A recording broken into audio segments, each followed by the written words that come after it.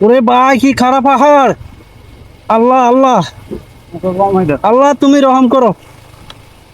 ও, ভিউটাও সেই, বাট পাহাড়টা অনেক খারাপ। দেখতেছেন আপনারা, পাহাড় কিন্তু অনেক খারাপ।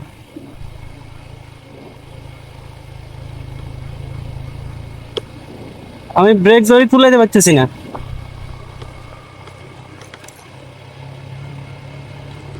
ব্রেক ধরতে অনেক কষ্ট হইতেছে।